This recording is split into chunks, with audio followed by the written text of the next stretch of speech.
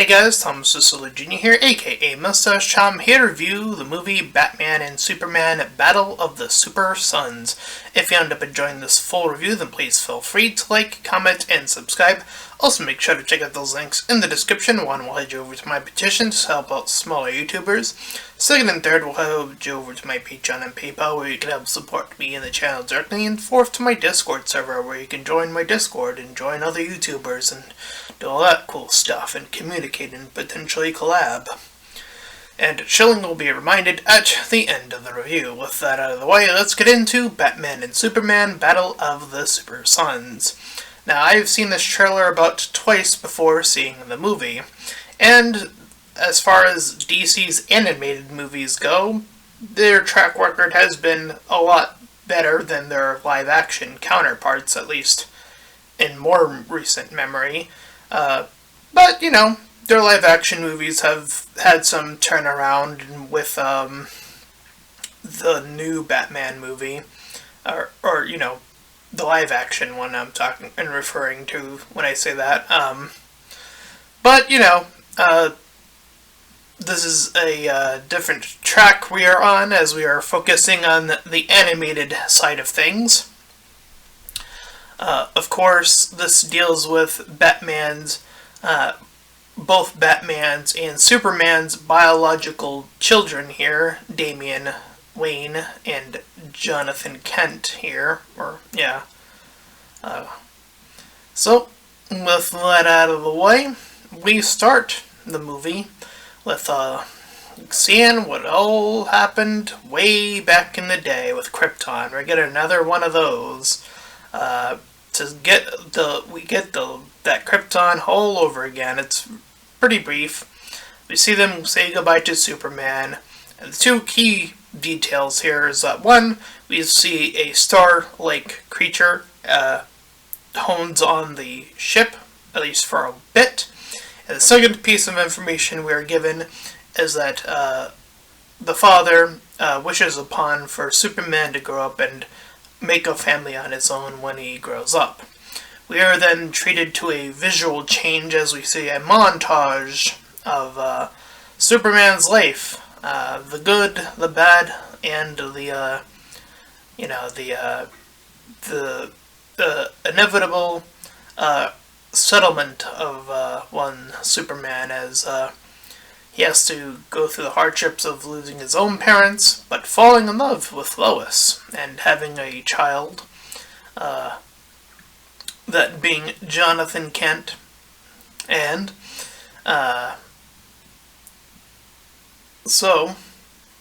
as we see through this little brief montage, we do see that Batman and Superman have already worked together, so we have already getting a lot of setup here for their little team-up of our young, youthful superhero squad here.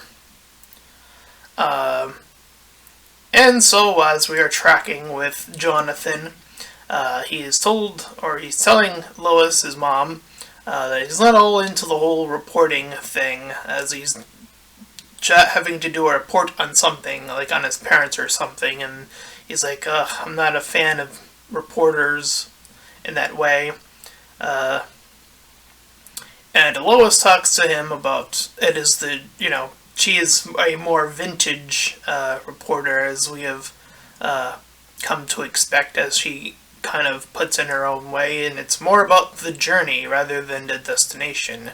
She even goes on to say that we usually know the outcome of said given stories, and again, it's more about the journey more so. It's within the beauty of the details that gets us to the end result that we usually appreciate more. So Lois heads out, and apparently it is also Jonathan's birthday, so he's looking for some birthday presents. And he finds Superman's suit, but thinks nothing more of it, at least at the moment, that it's some sort of cosplay, thing going on. But Clark, Bill Dad, returns, and helps his father with some chores when he asks.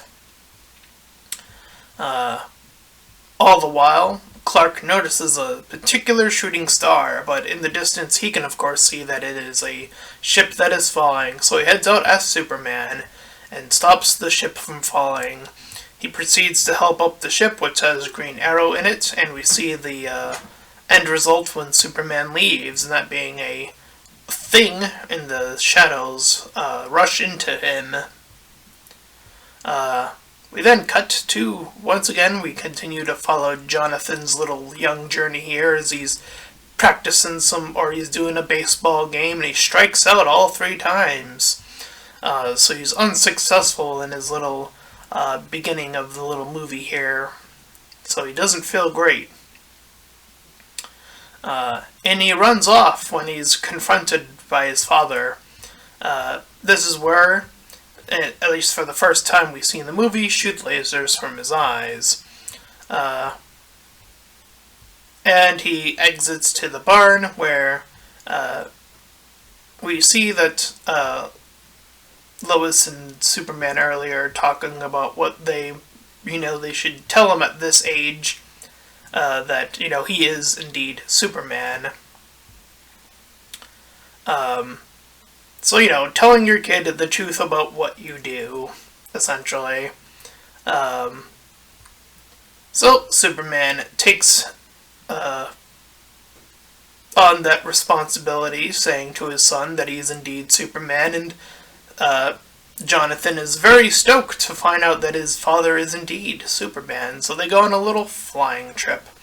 And they head into Gotham, where they proceed to see the Batman beating up the Penguin and some basic thugs. The now trio of them headed to the Batcave, where they meet Damian. Damian tests Jonathan by initially shoving him off the platform, seeing if he has super flight yet. That is not in his preview of abilities as far as he knows, and he needs to be saved by Superman.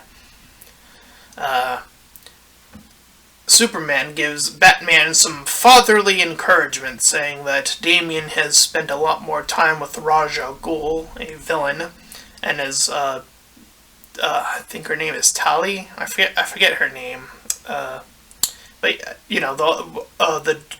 think it's the daughter of Ra's al Ghul. I'm forgetting I'm forgetting the DC lore here. It's been a while. But yeah, her, those two have essentially trained him to be an assassin. He has been a killer, as he points out throughout the movie.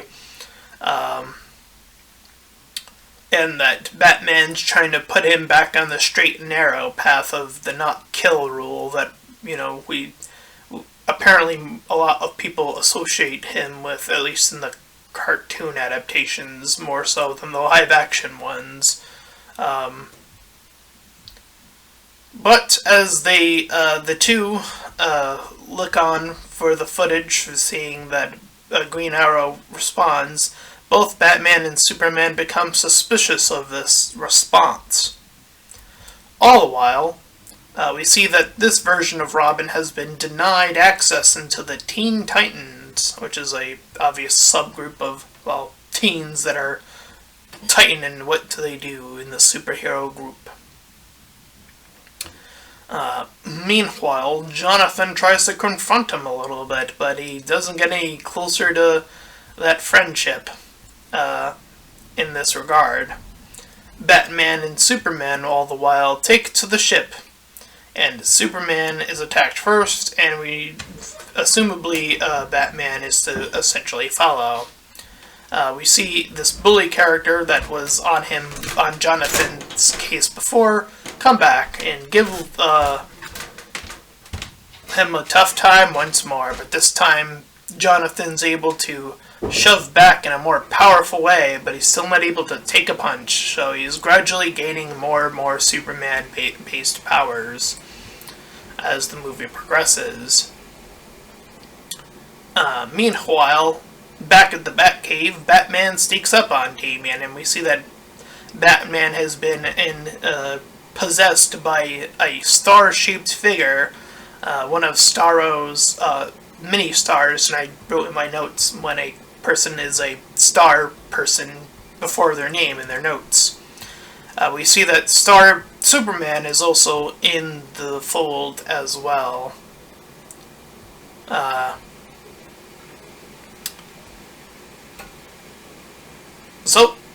Damian is the one that is left hanging, quite literally in this case, and he hooks back up to safety. We find out that he rushes back to the school to get Jonathan to safety, since he seems to also appear to be a target. And we also see that the mom is also being taken over by a star. They take the bat plane, or jet, in which they proceed to shove her into the water, and the alien gets forced out after being both lasered and being shoved into the water.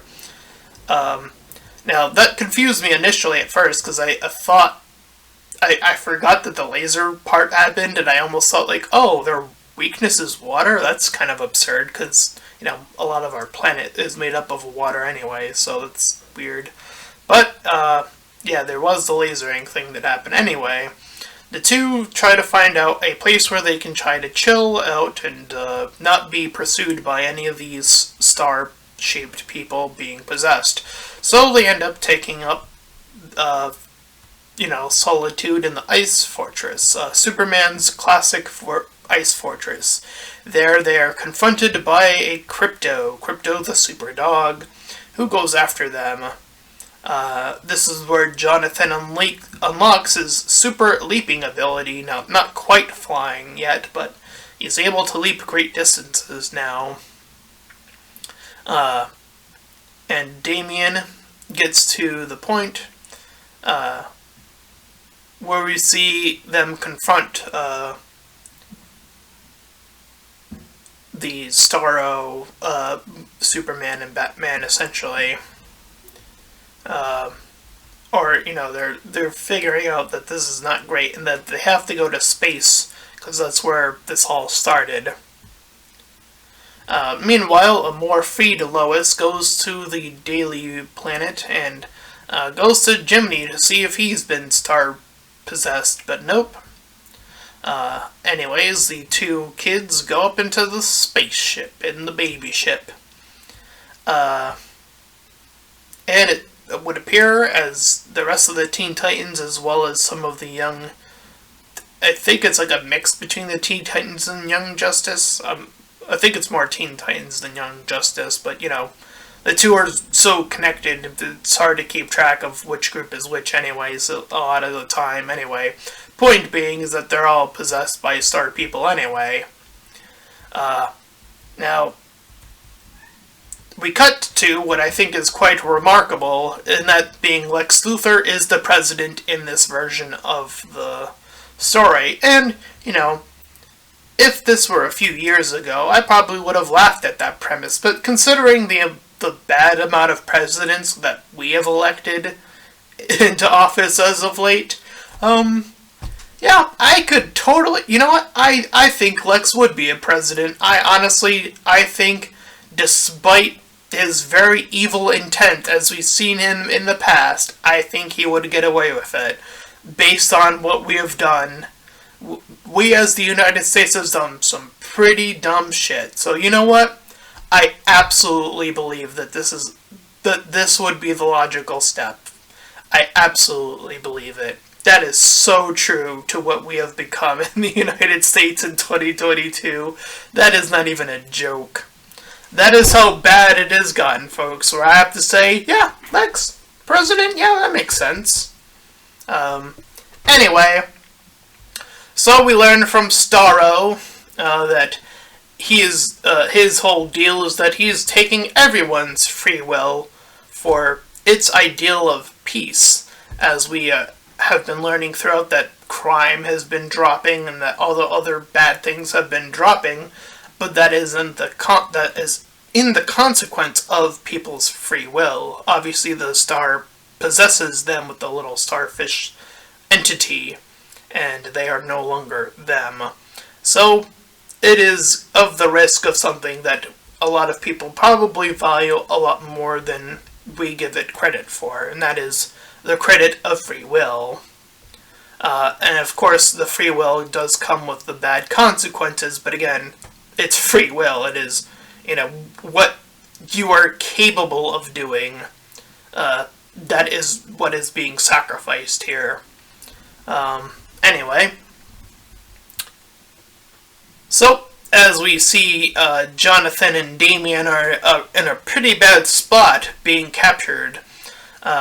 This is where Jonathan takes an arrow for Damien, and we see that he has now become more invulnerable to arrows. At least that's what the joke they make specifically. But we also learn that Lex has also been taken over by one of the stars, and that more star people are abruptly appearing all over the globe. Meanwhile, we see some action take place as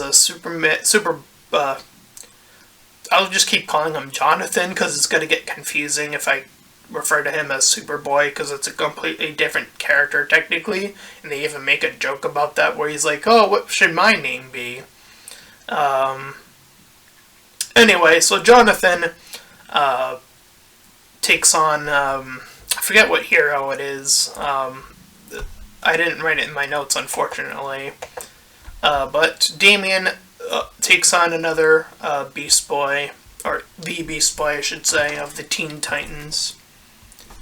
And now we see Starman and Star Batman and Star Superman are next for their two opponents. So they each face their own fathers in battle. And they're not doing so hot when it comes to that, because, these star creatures have all the capabilities that at least most of the capabilities that the people that they are controlling are able to do. And so they decide to switch out, grabbing Batman's kryptonite first when they jump him, and then using that to weaken Superman so that they can confront him. And that is when they opt to send all the people that they have been, knocking out away, and dealing with Starro while they remain on the ship. So they begin to hurtle the ship itself towards Earth, and with the intense heat that it would cause from the ship to go down that fast begins to fire up, so Starro begins to burn up as well in the process of this. During their trip back, Superman and Batman are freed from their captivity, and thus we see that the four of them all allied together for a little double battering, double laser action. Then Superman prompts Jonathan to batter up, so Jonathan does so, alluding to the baseball game earlier. Thus, he grabs a tree and whacks Starro back into space, into deep space. Then we abruptly cut to a baseball game. And we see Jonathan is up to bat again. And he's happy because all of them are there to support him, and we get word that the other heroes are dealing with whatever nonsense is going on today. Because you know what? Superman wants to enjoy his son, doing the baseball. And so Jonathan swiftly does the whole hold back thing that Superman typically does, and he holds the bat up in a way that only the swing wouldn't smash that ball out of the universe or whatever. He holds it up and it almost in a defensive position where it hits the ball, but it hits all the way across the field still. But so he did technically hold back. So we know that he's capable of doing that as well at the end of the movie. Thus, Damien and Jonathan celebrate on the little, on a tower of sorts, on this water tower thing. where they claim their little group name the Super Sons, as the title indicates. And thus, Damien proceeds to knock Jonathan off of the tower to see that he is unable to fully fly quite yet. And that is the end of the movie. Quite a little fun little next generation thing in tow. So yeah, I think this movie is pretty nifty. I think out of all the iterations of Robin, since technically Damian Wayne is a Robin in this, I think he's one of the more fascinating Robins to look at, quite honestly, in terms of like the whole Ra's al Ghul aspect of it. I think that's what makes him stick out to me from the other versions of Robin, where he's already so far out of the line that it's so much more interesting to see Batman trying to pull him back to sort of that no-kill rule that we kind of, a lot of people seem to associate, again, with the more cartoon version of Batman anyway. And his journey is one of learning to work as a team. We see him, be denied access from the Teen Titans, which is something we know another version of Robin was the leader of the Teen Titans, so that shift is obviously quite large in gap. All the while, Jonathan's journey is all about him gaining powers at random increments that are a little convenient, but ultimately serve for him to be like, yeah, I gained this new power he's gonna get like Superman eventually, is sort of the point anyway, so, they just happen to align pretty swiftly with what they need. So a little bit convenient, but a little bit of like, well, he's gonna become that anyway, so, yeah. It is an interesting duo of sorts. I actually don't know a lot about Jonathan as a sort of Clark Kent son thing. I know a lot more about Damian as far as between the two. So it was interesting to see these two individuals play off of each other, and again have that more extreme version of like what Batman could have easily been, where he's actually have killed people a lot younger. Like he's like the Robin age, so that age, killing people as he is told that he has done. Robin, Damian Wayne, that is. And again, that dynamic of pulling him back towards the light of like, no, criminalize people, give them the justice. There's going to be a too far point which Damian Wayne sees as an absolute thing of like, yeah, well, since you did commit the crime, might as well. So pretty good stuff. So it is pretty cool to also see Jonathan be so inspired by this revelation. I think most people, most kids would be very excited to learn that their father was a Superman of sorts. Had that cool super job. Obviously, it's quite interesting to know the sort of the implications of Superman initially, and go all the way back of like his routes, because it did begin on Krypton. He is that alien. He is that outcast. He is that person that is in the fringes of society. So I find it fascinating when they did the whole Superman was gay thing, because, well, I think they should have just made a new superhero, and they just should do that anyways for a new superhero, instead of, doing what they typically tend to do, which is stick a character that has already existed and just place it on them instead, which is a lot lazier every single time, regardless of who it is. You could do it really, really well. At the end of the day, you can end up with a Miles Morales, but at the end of the day, that still is a other alternative version of Spider-Man at the end of the day, if you want to be super technical about it. So I don't know. I think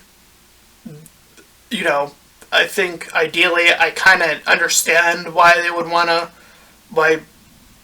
and just to play devil's advocate for that representation for an existing character, because Superman kind of resembled that anyway, but just straight. Is technically really the observation that you could ultimately take away from Superman, is that he was always the outsider. He always was the alien, sort of the term that you kind of, the outsider, you sort of relate that to all of the other sort of outside equations that have, in more modern day terms, that is what we are, what conservatives more tend to typically say are the, the outliers, the outcast, and they use other words like woke. While I rather just say whether a thing is good or bad, good or poorly written, and I usually don't typically have ever used the word woke in that way, in that context ever, in any of my reviews. I've pointed it out before in one review where I said that's something that conservatives tend to typically say.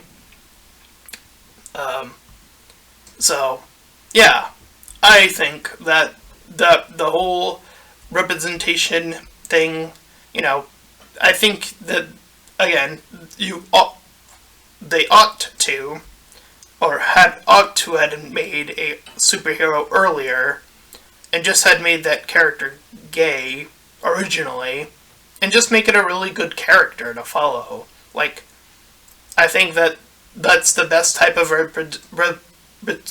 representation you can really ask for, which is why I always strive in my own superhero stories to do, have a vast waft of superheroes and heroines, and have all types, included, already pre-packaged in the new thing, which isn't even really the main reason I even began writing Syndicate X, which is a shameless plug on my part, but it is a book I published. But it is a story that just happened to include, characters of all different types of persuasions, all types of diversity, before the whole diversity hot topic became a major thing anyway. Because I wrote that thing back in high school, and they even had ideas about that before high school, slightly even. So Syndicate X, I've been doing that for a long time, and it's always been about a very diverse group of people. It just happened to be that originally. The only thing I did was rewrite it to, modernize it. That's the only difference in terms of, the pure, essence of, making sure the dialogue is, it isn't broken, or, more, basic writing things that you need to look out for in terms of writing. But in terms of, for this movie, I think that this little duo is a neat little duo, because it really reflects on a duo that I think a lot of people already have a lot of respect for, and that is the one of between Batman and Superman, because they are two sides of a coin, where Superman is the more idealistic sort of representation, and Batman is so close to leaning right on the edge consistently, or at least most of the times consistently, of that type of justice, that it creates quite the dynamic. And thus, to see them pass that down to a new generation, that being Damian Wayne and Jonathan Kent. As for an objective score, I would say, yeah, there were a little bit of conveniences along the way, more so in Jonathan's ballpark, since that's all tied to his powers anyways. So I'd probably give the movie like a 6 out of 10. So yeah, the conveniences hold it back a little bit, but it's still overall a more positive, score than a negative one. And that's me being as objective as possible. So that is my full review of Battle of the Super Sons. If you'd have been enjoying this full review, then please feel free to like, comment, and subscribe. Also, make sure to check out those links in the description. One will head you over to my petition, second and third to my Patreon and PayPal, fourth to my Discord server. Any and all donations are greatly appreciated and help support me and the channel. And until next time, everyone, bye-bye.